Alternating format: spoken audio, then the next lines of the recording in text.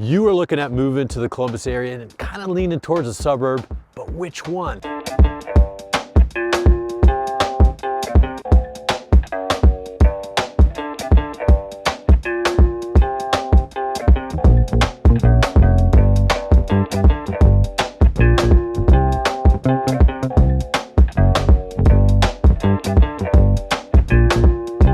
Hey, what's up everyone? Andy Howell here, local real estate agent, dad, all around good guy, bringing you another video about Columbus. Today, we're focusing on the top suburbs in the north part of Columbus. Before I get into the meat and potatoes of the video though, please reach down and hit that subscribe button. I love making videos all about Columbus, sharing with you guys why I love Columbus. So you're looking at moving to Columbus and you think a suburb might fit the bill. Maybe you want like a really easy commute. Maybe you're looking for great schools. Maybe you're looking for like a really safe neighborhood for your family. Whatever the reason, a suburb you feel like maybe could fit the bill. Now, before you guys jump all over me about why I didn't include this suburb, why I didn't include that suburb, I know you guys are gonna say, why didn't I include Upper Arlington? Why didn't I include Bexley? Why didn't you include Grandview? Guys, I don't think those are suburbs, so they're not in there for me. Suburbs to me are a little bit further away from the downtown city center. So with that in mind, let's get right into it. I am here right now in Dublin, which is probably the top suburb in my mind of Columbus. If you've heard anything about Columbus, you've probably heard of Dublin. It's the best school system in the area, according to Niche. It's extremely safe, family friendly, it's diverse. There's tons of job opportunities here with over 20 corporate headquarters located right here in the Dublin area. So we got a ton of walkability here in the Bridge Park area where I'm standing in the historic Dublin area, but really outside of this, it's kind of suburban sprawly. Some areas of Dublin, as it's pushed towards Marysville, towards the north and towards the west, you can really feel like you're way out of it. And for a long time, Dublin was way out of it. I mean, up until the 70s, this was just a little farming community. And it really wasn't until the 270 Outer Belt got complete, until Jack Nicklaus built his Muirfield golf course, that people got excited and businesses started moving here. People started retiring here, moving their families here. Wendy's headquartered moved here, was founded here. Then we had Ashland Chemical that came here, and Cardinal Health came here. So those are huge corporations located right here in Dublin. So what's happening in Dublin? Well, there's generally quite a lot of activities going on at any given point in time, but probably the biggest event here in Dublin is the Jack Nicklaus's Memorial Golf Tournament held every year at Muirfield. It's a PGA event, brings in a ton of spectators and TV and everything and excitement, but they've also have the largest cultural event in the United States in Dublin Irish Festival. You've got the St. Paddy's Day Parade, the Halloween Spooktacular, and tons of additional programming for kids and everything to enjoy. So if you're looking to get out and about, there are about 1,000 acres here in Dublin of dedicated park space spread out over 70 different parks.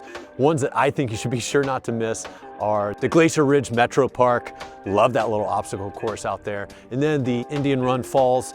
Go check out the waterfall. I'm really curious to see what happens with this park behind me at the base of the S Bridge on the other side of the water.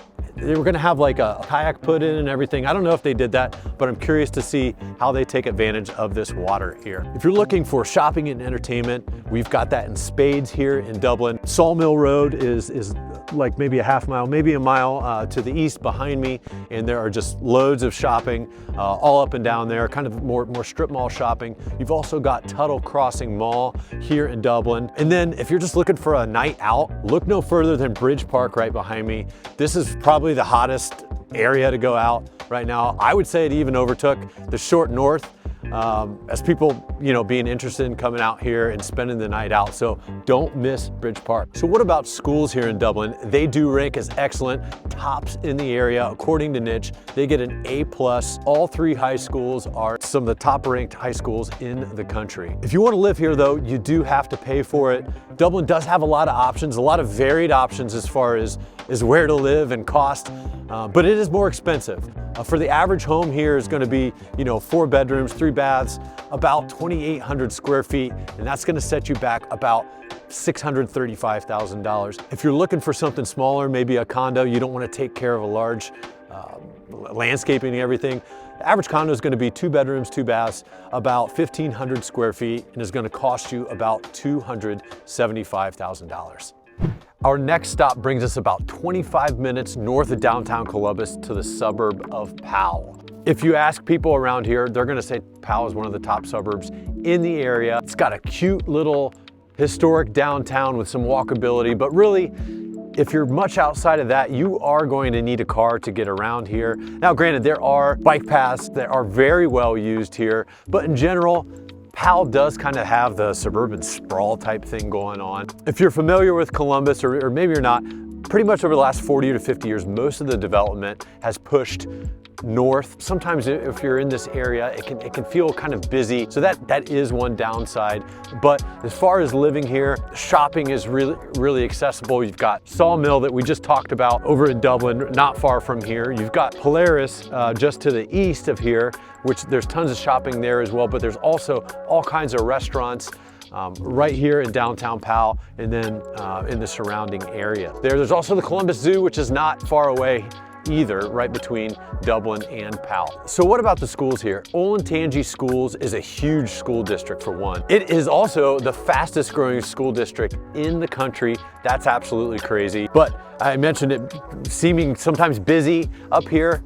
It makes sense, right? Busiest school district in the area. There's a lot of development going on. There's a lot of schools being built. The schools are excellent though. Niche gives this the ranking of 3rd in the Columbus area. So if your kids are coming to school here, you know they're gonna get a good education. Like most of these suburbs we're talking about today, Howell is more expensive than the averages in greater Columbus. And it makes sense. I mean, this area is the 2nd highest household median income, coming in at about $140,000 per year, only behind New Albany. The average home here is going to be like a 4-bedroom, 2-bath, 2,800 square feet. Is going to cost you about $500,000, while the average condo is going to be 2 bedrooms, 2 baths, about 1,500 square feet. It's going to set you back about $315,000. So if you're interested in Howell, know that houses are more expensive.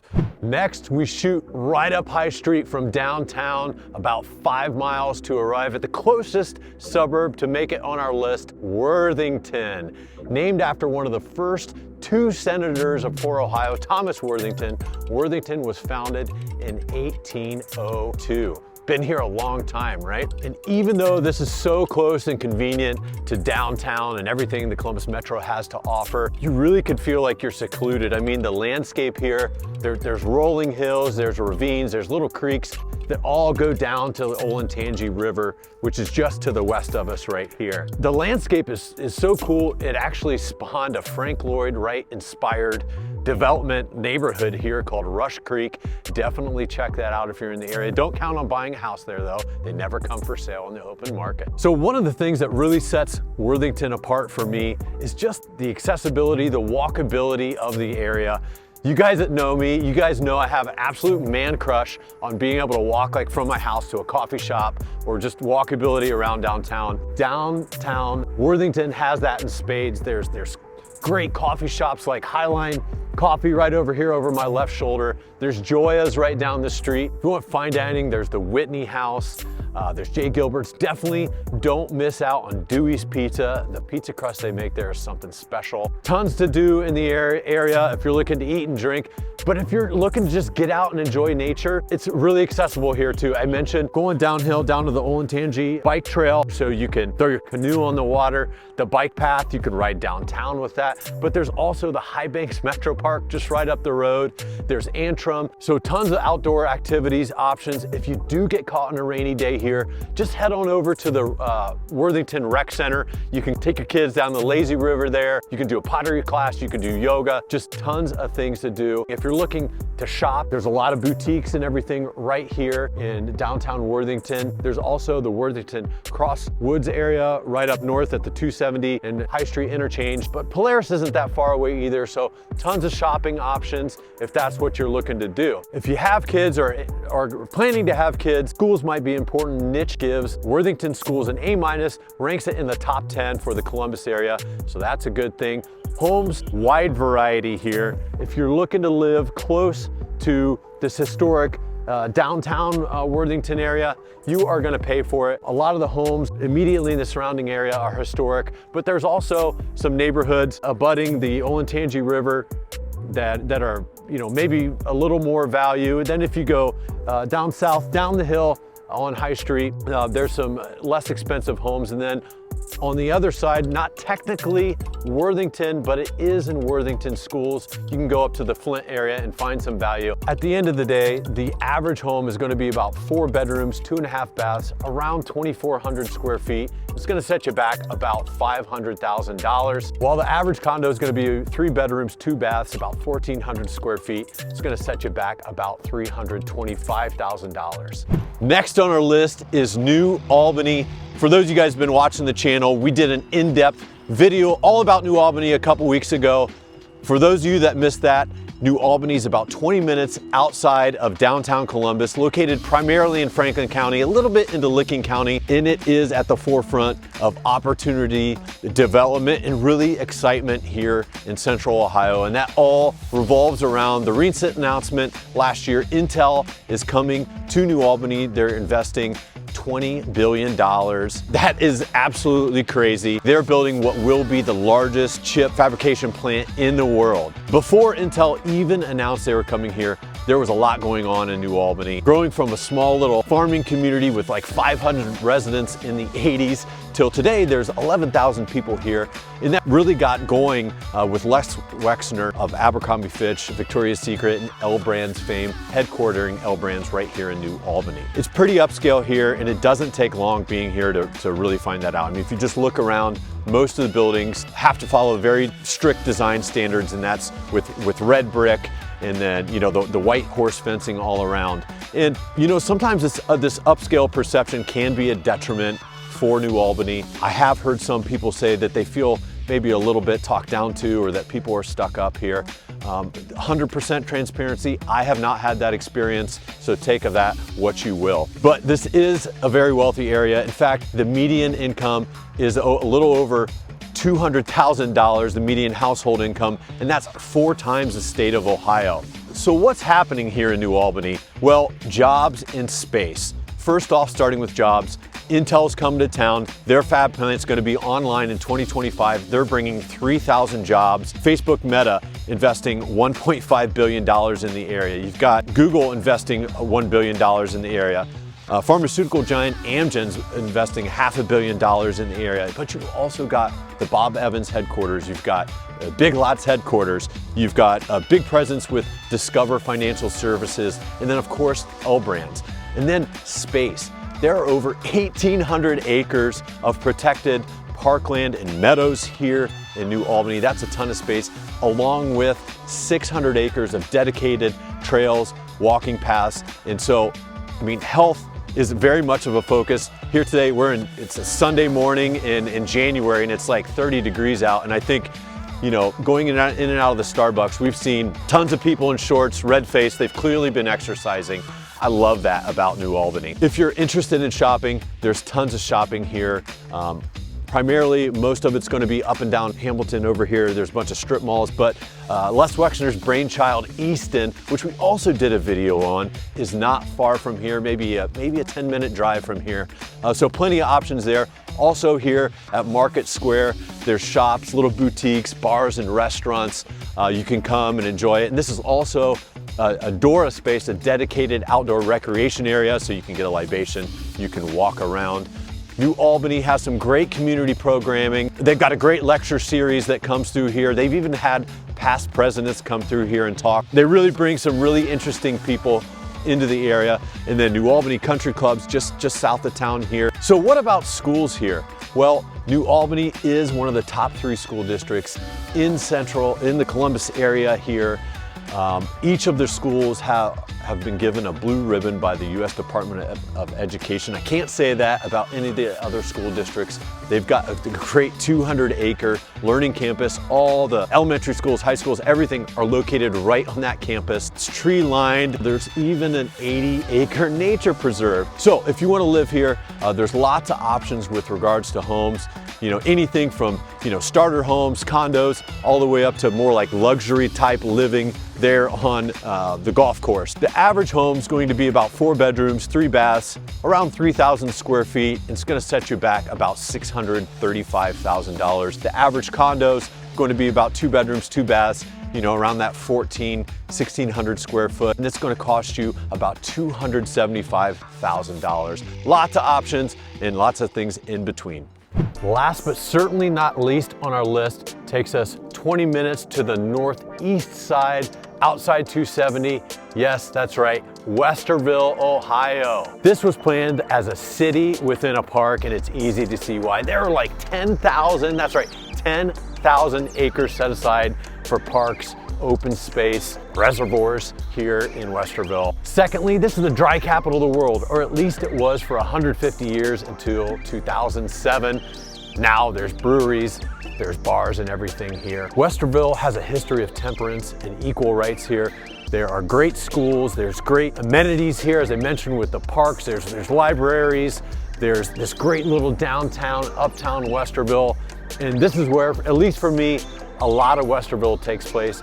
There are bars, restaurants, coffee shops, as you can see. Java Central here right behind me. The fourth Friday, they turn this into a street fair, so you can come and the businesses are open late and meet your, community members and your neighbors right here. So I love that. Also, Cheryl's Cookies was founded here in 1981. Just a ton to do in downtown Westerville, but you're still proximate to some great shopping up at Polaris.